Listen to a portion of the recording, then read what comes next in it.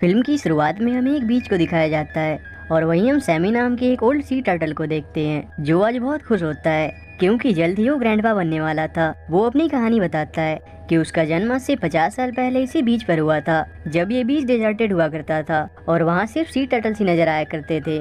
जब वो पैदा हुआ था तब उसके साथ के सभी टर्टल्स अपने अंडे से निकलकर पानी की ओर जाने लगते हैं, पर वो गड्ढे में ही फंसा होता है और उसके काफी कोशिश के बाद भी वो गड्ढे से बाहर नहीं आ पाता। तभी एक सीगल आकर उसके शिकार के लिए उसे उठाकर ले जाता है, पर किसी तरह से वो उससे खुद को छुड़ाकर नीचे आ गिरता है जहाँ उसे सैली नाम की एक फीमेल टर्टल मिलती है। वो सैमी को पानी में चलने को कहती है, पर वो थकान के कारण हिल भी नहीं सकता था, इसलिए सैली और बाकी टर्टल्स पानी में चले जाते हैं और सैमी पूरे दिन एक ही जगह लेटा रहता है। रात को उसे विजन आता है कि सैली को कोई सीगल अपना शिकार बनाने वाला है। तभी उसकी आंख खुल जाती है और वहाँ वो खुद को अकेला पाकर बहुत दुखी होता है। तभी पानी की एक लहर उसकी तरफ आती है जिस कारण वो जिस टूटे हुए राफ्ट पर होता है वो उसके साथ अपने आप ही समुद्र की ओर जाने लगता है और वो पूरी रात पानी के बहाव के साथ राफ्ट के सहारे समुद्र में तैरता रहता है।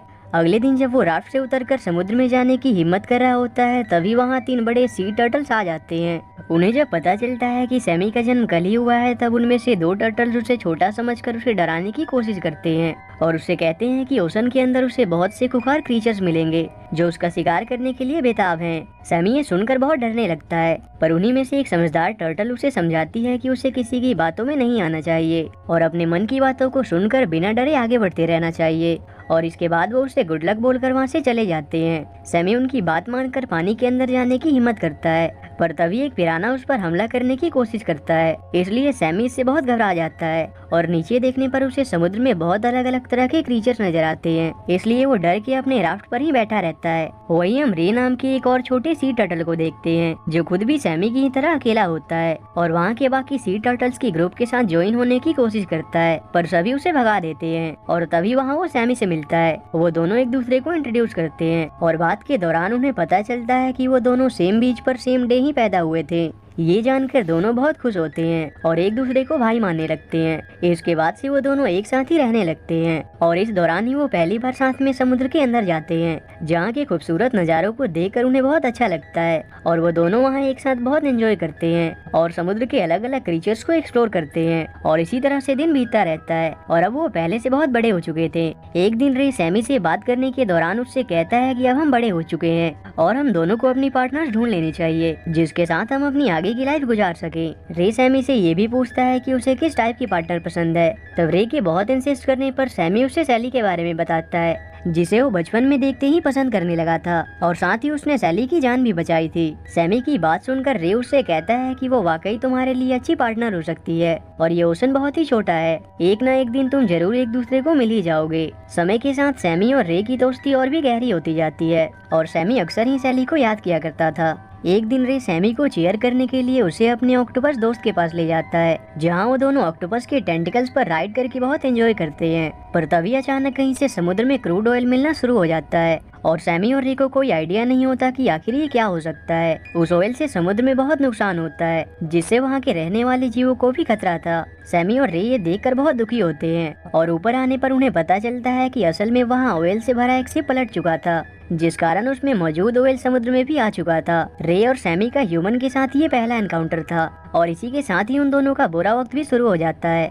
एक दिन जब वो दोनों अपने राफ्ट पर सो रहे होते हैं तभी अचानक उनकी राफ्ट पूरी तरह से टूट जाती है और वो दोनों समुद्र में चले आते हैं, पर वहाँ सैमी बहुत से मछलियों के साथ एक नेट में फंस जाता है और नेट में फंसे ही ऊपर जाने लगता है। रे उसे बचाने की बहुत कोशिश करता है, पर वो खुद भी एक दूसरे नेट में फंस जाता है और वो दोनों एक दूसरे से अलग हो जाते हैं। नेट से बाहर निकलने पर सैमी खुद को एक याच पर पाता है और वो एक स्मॉल ओपनिंग के जरिए वहाँ से बचकर निकलने की कोशिश करता है, पर आखिर में वो सामान के बीच में फंस जाता है और वो वहाँ से हिल भी नहीं सकता था। काफी देर तक धूप में रहने से वो डिहाइड्रेट होकर बेहोश हो जाता है, पर जब एक सेलर उसे देखता है तो उसे वापस समुद्र में फेंक देता है, पर समुद्र में पहुंचने के बाद भी सैमी को होश नहीं आता। तब एक डॉल्फिन उसे वापस जगाने में उसकी मदद करती है और किसी तरह से वो पानी के बहाव के साथ समुद्र के किनारे आ पहुंचता है जहाँ रात को एक कपल की नजर उस पर पड़ जाती है और वो उसे अपने साथ लेकर चले आते हैं। अगली सुबह जब सैमी की आंख खुलती है तब वो अपने सामने एक छोटी बच्ची, उसकी मॉम और एक कैट को देखता है। वो ह्यूमन फैमिली सैमी को बहुत प्यार से रखती है और उसे खाना भी देती है, पर उनके पेट फ्लफी को सैमी से बहुत जेलस होती है, क्योंकि उसे लगता था कि शायद उसके आने से उसके ओनर का ध्यान उससे कम हो जाएगा। इसलिए वो उससे कहता है कि तुम्हें ह्यूमंस पर भरोसा नहीं करना चाहिए, क्योंकि कभी भी मौका आने पर वो उसका दावत बना सकते हैं। वही रात को जब उस बच्ची की मॉम उसे स्टोरी सुना रही होती है, तब फ्लफी सैमी के पास आता है और उसे पूछता है कि उसने यहाँ से भागने के बारे में क्या प्लान किया है। पर सैमी को उसकी बात पर यकीन नहीं था। बात बात में ही फ्लफी सैमी को अपनी स्टोरी भी बताता है कि वो खुद भी उसी की तरह ओशन से बचकर यहाँ आया था, जिससे सैमी को पता चलता है कि दुनिया में और भी ओशंस हैं। एक दिन सैमी वहाँ वीरा नाम की एक और सी टर्टल से मिलता है, जो भी उसे यही कहती है कि हम दोनों यहाँ एक प्रिजनर्स की तरह कैद हैं और अपनी मर्जी से कहीं नहीं जा सकते, इसलिए तुम्हें भी यहाँ से भागने के बारे में सोचना चाहिए। पर अगले दिन वीरा को वहाँ से सी में छोड़ दिया जाता है, क्योंकि सैमी और वीरा आपस में मेट नहीं हो सकते थे। यहाँ भी फ्लफी सैमी से झूठ कहती है कि वीरा को समुद्र में इसलिए जाने दिया गया क्योंकि उसका सेल बहुत ही हार्ड हो चुका था, इसलिए उसका टर्टल सूप नहीं बन सकता था, पर वो तुम्हें इतनी आसानी से नहीं जाने देंगे। इससे सैमी बहुत ही उदास हो जाता है। पर उसी रात पुलिस उस बीच पर पहुँच जाती है और सभी को उस जगह से निकाल देती है। तब फ्लफी सैमी से कहता है कि उसके पास भागने का अच्छा मौका है। सैमी भी उसकी बात मानकर छुप जाता है, जिस कारण से वो बच जाता है। पर अब सैमी अकेला पड़ जाता है, इसलिए काफी दिन वहाँ यूं ही गुजारने के बाद वो समुद्र में वापस लौट जाता है और भूख के कारण लकड़ियाँ खाना शुरू कर देता है। और ढेर सारा कचरा होने की वजह से वो एक पॉलिथीन बैग में फंस जाता है, लेकिन तभी वीरा वहाँ आकर उसे बचा लेती है। सैमी उसे वापस मिलकर बहुत खुश होता है। इसके बाद वीरा उसे एक ऐसी जगह ले जाती है जहाँ ढेर सारा सी फूड होता है। सैमी मजे से उन्हें खाने लगता है, पर तभी वहाँ उन्हें एक टर्टल मिलती है जिसके पीछे एक शार्क लगी होती है। सैमी उसे शार्क से बचाने में उसकी मदद करता है और आखिर में वो एक स्मॉल ओपनिंग में छुप जाते हैं, पर वो शार्क फिर भी उनका पीछा नहीं छोड़ता। तब वीरा उन्हें बचाने के लिए शार्क के सामने आ जाती है, पर वो अपने कुछ मूव्स का इस्तेमाल करके उस शार्क को वहाँ से भगा देती है। इसके बाद वीरा मदद करके सैमी और उस टर्टल को वहाँ छोड़कर चली जाती है। पर आपस में बात करते समय सैमी को पता चलता है कि वो टर्टल असल में सैली ही है, जिसे उसने बचपन में देखा था। सैली को भी सैमी याद आ जाता है, इसलिए वो भी उसे पहचान जाती है। वो दोनों एक दूसरे से मिलकर बहुत खुश होते हैं और साथ में टाइम स्पेंड करते हैं। आपस में बात करने के दौरान ही सैमी सैली के सामने ये जाहिर करता है कि वो पूरी दुनिया घूमना चाहता है और अलग अलग समुद्रों को एक्सप्लोर करना चाहता है, और वो सैली को भी उसके सफर में उसका साथ देने के बारे में पूछता है। सैली को भी उसका आइडिया बहुत एक्साइटिंग लगता है और वो उसके साथ चलने के लिए तैयार हो जाती है। तब सैमी उसे बताता है कि उसके लिए हमें पहले सीक्रेट पैसेज की तलाश करनी होगी, इसलिए वो साथ में सीक्रेट पैसेज ढूंढने निकल जाते हैं। रास्ते में वो एक सील से इस बारे में पूछते हैं, पर उसे इस बारे में कुछ पता नहीं होता, पर वो उन्हें शिप्स के बारे में बताता है जहाँ उन्हें इस बारे में कुछ क्लू मिल सकते थे।